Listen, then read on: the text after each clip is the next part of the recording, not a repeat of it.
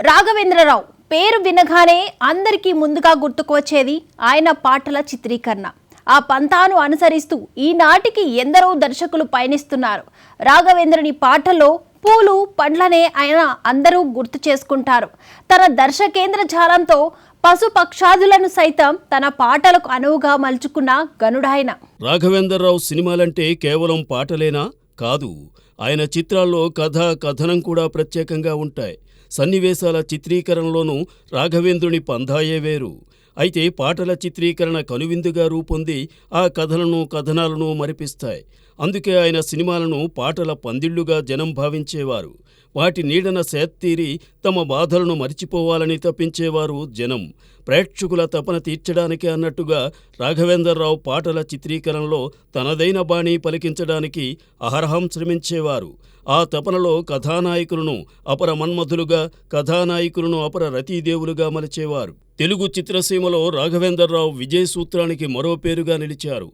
ఆయన సినిమాలో నటిస్తే చాలు తమ రాత మారిపోతుందని ఎందరో సుందరాంగులు తప్పించారు. ఎందరో హీరోలు రాఘవేంద్రరావు సినిమాలో ఒక్కసారైనా కథానాయకునిగా కనిపిస్తే చాలు తమ జన్మ ధన్యమైపోతుందని భావించారు. అంతలా రాఘవేంద్రరావు తెలుగు సినిమా జనాన్ని పులకింపజేశారు. కొత్తవారికి బ్రేక్నివ్వడంలో రాఘవేంద్రరావుది గోల్డెన్ హ్యాండ్ అని ప్రతీతి. ఆయన దర్శకత్వంలో నటించిన సాధారణ హీరోలు స్టార్స్ అయ్యారు. స్టార్స్ సూపర్ స్టార్స్ అయ్యారు. తనదైన కనికట్టుతో రాఘవేంద్రరావు ఎందరో హీరోలకు విజయపథంలో పయనించే అదృష్టం కల్పించారు. స్టార్స్కు ఉన్న ఇమేజ్ను దృష్టిలో పెట్టుకుని పాటలను చిత్రీకరించేవారు రాఘవేంద్రరావు. అలాగే తన హీరో అభిమానుల అభిరుచిని దృష్టిలో పెట్టుకునేవారు. వాటన్నింటినీ తన మదిలో మథనం చేసి తరువాత అపురూపంగా పాటలను తెరకెక్కించేవారు. ఆ పాటలను చూసి ఫ్యాన్స్ ఫిదా అయిపోయేలా చేసేవారు. అందరూ చూసే ఒకే చిత్రాన్నైనా రాఘవేంద్రరావు కన్ను వైవిధ్యంగా దర్శించేది. అందువల్లే ఆయన పాటల్లో కొత్తదనం కనిపించేది. పూల తోటలను సైతం కొత్తగా చూపించి కొత్తగా ఉన్నది అనిపించేవారు. దర్శకేంద్రుని జాలంలో రూపొందిన అనేక పాటలు ప్రేక్షకుల మదికి గాలం వేసేవి. రాఘవేంద్రరావు చేతిలో పడితే చాలు రాయి సైతం జీవం పోసుకుంటుందనే పేరుంది. నర్తనమే తెలియని హీరోలతోనూ డాన్స్ చేయించి శభాష్ అనిపించేవారు దర్శకేంద్రుడు. ఇంతటి మాయాజాలం మరొక దర్శకునిలో కాన్రాదు. ఒకవేళ కనిపించినా దర్శకేంద్రుని రీతిలో కనువిందు చేయడం కష్టమే అంటారు సినీ జనం. రాఘవేంద్రరావు అంటే రొమాంటిక్ సాంగ్స్కు మారుపేరనేవారు. దానిని చెరిపేస్తూ రక్తియే కాదు ఆధ్యాత్మిక యుక్తిని ప్రదర్శించారు దర్శకేంద్రుడు. స్టార్ హీరోకు డివోషనల్ టచ్ ఇచ్చి భక్తిరసాన్ని కురిపించారు దర్శకేంద్రుడు. జనం ఆ చిత్రాలకు బ్రహ్మరథం పట్టారు. ఇలాంటి మాయాజాలం చేసిన ఘనత రాఘవేంద్రరావు తరం దర్శకుల్లో ఎవరికీ లేదనే చెప్పాలి. కె రాఘవేంద్రరావు పేరు వింటేనే కమర్షియల్ సినిమా చెంగుర గంతులు వేస్తుంది. ఆయన రూపొందించిన ఫార్ములాతోనే ఈనాటికి తెలుగు సినిమా కమర్షియల్ సక్సెస్ చూస్తుందంటే అతిశయోక్తే కాదు. అది రాఘవేంద్రరావు మాయాజాలం. తాత మనవరాలుగా నటించిన ఎన్టీఆర్, శ్రీదేవినే జంటగా మలచి ప్రేక్షకుల ముందు నిలిపి కనువిందు చేశారు రాఘవేంద్రరావు.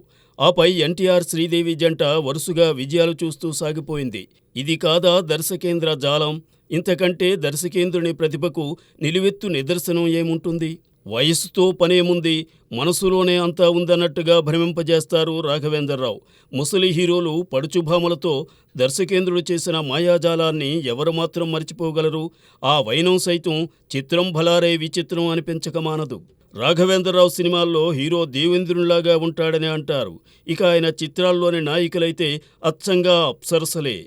ఆ తీరున వారిని తీర్చిదిద్ది ప్రేక్షకులను మళ్లీ థియేటర్లకు రప్పించడంలో తనకు తానే సాటి అనిపించారు దర్శకేంద్రుడు. అందరు దర్శకులు తాము తీయబోయే సీన్స్కు సినేరియా రాసుకుంటే దర్శకేంద్రుడు మాత్రం పాటలను తెరకెక్కించడానికి ప్రత్యేక శ్రద్ధ వహించేవారు. ఒకే సినిమాలో ఒక్కో పాటను ఒక్కోలా తెరకెక్కించి రక్తి కట్టించారు రాఘవేంద్రరావు. ఆయన పాటలను పరిశీలిస్తే నాయికానాయకులే కాదు కనిపించే ప్రతి అంశం పులకింపజేస్తుంది.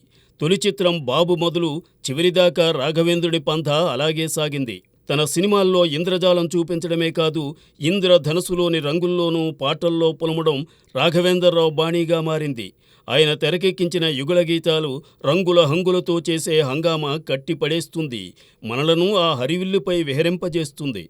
నవయువ కథానాయకులను జనం మదిలో నిలిచేలా చేయడంలోనూ దర్శకేంద్రజాలం భలేగా సాగింది. సదరు హీరోల అభిమానులు జై జయ నినాదాలు చేసేలా రాఘవేంద్రరావు తీరు ఉండేది. అందుకే ఆయన సినిమాల్లో తమ హీరోలు నటించాలని ఫ్యాన్స్ తప్పించేవారు. వారి తపనకు తగ్గ ఫలితాలు చూపి పరవశింపజేసేవారు దర్శకేంద్రుడు. వర్ధమాన కథానాయకులకు స్టార్డమ్ సంపాదించి పెట్టడంలో తనకు తానే సాటి అనిపించుకున్నారు రాఘవేంద్రరావు. సదరు హీరోలకు కూడా తరిగిపోని రికార్డులందించే ప్రయత్నాలు చేశారు. రాఘవేంద్రుని సినిమాలతో స్టార్స్గా మారిన హీరోలు తరువాతి కాలంలో పలు విజయాలు చూస్తూ సాగారు. ఉన్నది లేనట్టు లేనిది ఉన్నట్టు చేయడమే కనికట్టు. రాఘవేంద్రరావు అలాంటి మాయాజాలాలు భలేగా చేశారు. నటుడన్నవాడు ఆడపాత్రలో అలరించినప్పుడే అతని ప్రతిభ తెలుస్తుందని అంటారు. అలాంటి మాయ కూడా చేసి రాఘవేంద్రరావు మురిపించిన వైనాన్ని ఎవరు మాత్రం మరువగలరు? ఎన్నో చిత్రాల్లో దర్శకేంద్ర జాలం చూపిన రాఘవేంద్రరావు ఈ మధ్య పెళ్లి సందడిలో నటుడిగా కనిపించారు. దర్శకేంద్రుడు ఎన్ని చేసినా నటరత్న ఎన్టీఆర్తో ఆయన సాగిన తీరు అసలైన మ్యాజిక్ అంటారు. రామారావు రాఘవేంద్రరావు కాంబినేషన్ అరుదైన రికార్డులు నమోదు చేసింది. తన అభిమాన కథానాయకుడు ఎన్టీఆర్తో తాను తెరకెక్కించిన తొలి చిత్రం అడవిరాముడితోనే ఎన్నో అరుదైన రికార్డులను సొంతం చేసుకున్నారు రాఘవేంద్రరావు. నటరత్న ఎన్టీఆర్ను విభిన్నంగా చూపించాలని తప్పించారు. అడవిరాముడు వంటి బంపర్ హిట్ తరువాత ఎన్టీఆర్తో సింహబలుడు వంటి భారీ జానపదాన్ని తెరకెక్కించి మురిపించారు రాఘవేంద్రరావు. ఆ జానపదంలోనూ పాటలతో పరవశింపచేయడం విశేషం. సింహబలుడు తరువాత ఎన్టీఆర్తో రాఘవేంద్రరావు కేడీ నెంబర్ 1 తెరకెక్కించారు. ఈ చిత్రంలోనూ పాటలతో పరవశింపజేశారు. అయితే 1979లో ఎన్టీఆర్తో డ్రైవర్ రాముడు, వేటగాడు చిత్రాలను రూపొందించి 2 ఘన విజయాలను నమోదు చేసుకున్నారు. ఆ 2 చిత్రాలు డైరెక్ట్గా సిల్వర్ జూబ్లీస్ జరుపుకోవడం విశేషం. ఈ రికార్డు ఈనాటికి ఏ డైరెక్టర్కు లేదంటే అతిశయోక్తి కాదు. ఇక డ్రైవర్ రాముడు నాటికి ఎన్టీఆర్ వయసు 56 ఏళ్లు. ఆ వయసులోనూ ఆయనతో ఓ పాటలో రైలుపై నుండి దూకించడం గమనార్హం. అందుకు రామారావు సై అనడం విశేషం. ఆ స్ఫూర్తితోనే ప్రస్తుతం 60 ఏళ్లు నిండిన హీరోలు కూడా దూకుడుగా సాగుతున్నారని చెప్పవచ్చు. ఇక నటరత్నంతో మనవరాలిగా నటించిన అమ్మాయిని ఆయన ప్రేయసిగా నిలిపి ఆ జంటను జనం మెచ్చేలా చేసిన ఘనత కూడా దర్శకేంద్రునిదే. ఎన్టీఆర్ శ్రీదేవి జంటలాగా వరుస విజయాలు చూసిన జోడీ మరొకటి టాలీవుడ్లో మనకు కానరాదు. ఆ జంటను తొలిసారి వెండితెరపై ఆవిష్కరించిన ఘనుడు రాఘవేంద్రుడే. ఎన్టీఆర్తో రాఘవేంద్రరావు సాగించిన పయనంలో రౌడీరాముడు, కొంటికృష్ణుడు, తిరుగులేని మనిషి లాంటి ప్లాపులు ఉన్నాయి. సింహబలుడు, సత్యం శివం, కేడీ నెంబర్ 1 వంటి ఎబోవ్ యావరేజులు ఉన్నాయి. అడవిరాముడు, డ్రైవర్ రాముడు, వేటగాడు, గజదొంగ, కొండవీటి సింహం, జస్టిస్ చౌదరి, మేజర్ చంద్రకాంత్ వంటి బంపర్ హిట్లు ఉన్నాయి. అన్నింటిలోనూ పాటలతో జనానికి పరమానందం పంచారు రాఘవేంద్రరావు. ఐటమ్ సాంగ్స్లో ఎన్టీఆర్తో కూడా చిందులేసేలా చేసి వాటికి ఓ క్రేజ్ తెచ్చింది రాఘవేంద్రుడే. కొండవీటి సింహం ముందు వరకు ఎన్టీఆర్లోని మాస్ హీరోనే ఎలివేట్ చేస్తూ వచ్చిన రాఘవేంద్రరావు ఆ తరువాత నుంచి ఆ మహానటుని మేటి నటనను ఆధారం చేసుకున్నారు. నందమూరి నటన వైభవంతో కొండవీటి సింహం, జస్టిస్ చౌదరి, మేజర్ చంద్రకాంత్ వంటి చిత్రాలను రూపొందించి జనానికి అమితానందం పంచారు రాఘవేంద్రరావు. ఎన్టీఆర్కు అరుదైన విజయాలు అందించిన దర్శకునిగా పేరొందారు రాఘవేంద్రరావు. నటరత్న చివరి చిత్రం మేజర్ చంద్రకాంత్ కూడా రాఘవేంద్రరావే దర్శకుడు కావడం విశేషం. ఇందులో ఆ మహానటునితో రాఘవేంద్రరావు చిత్రీకరించిన పాట భరతమాత గర్వించే గీతాల్లో ఒకటిగా నిలిచింది. ఈనాటికి జాతీయ పర్వదినాల్లో ఆ గీతం పల్లవిస్తూనే ఉంటుంది.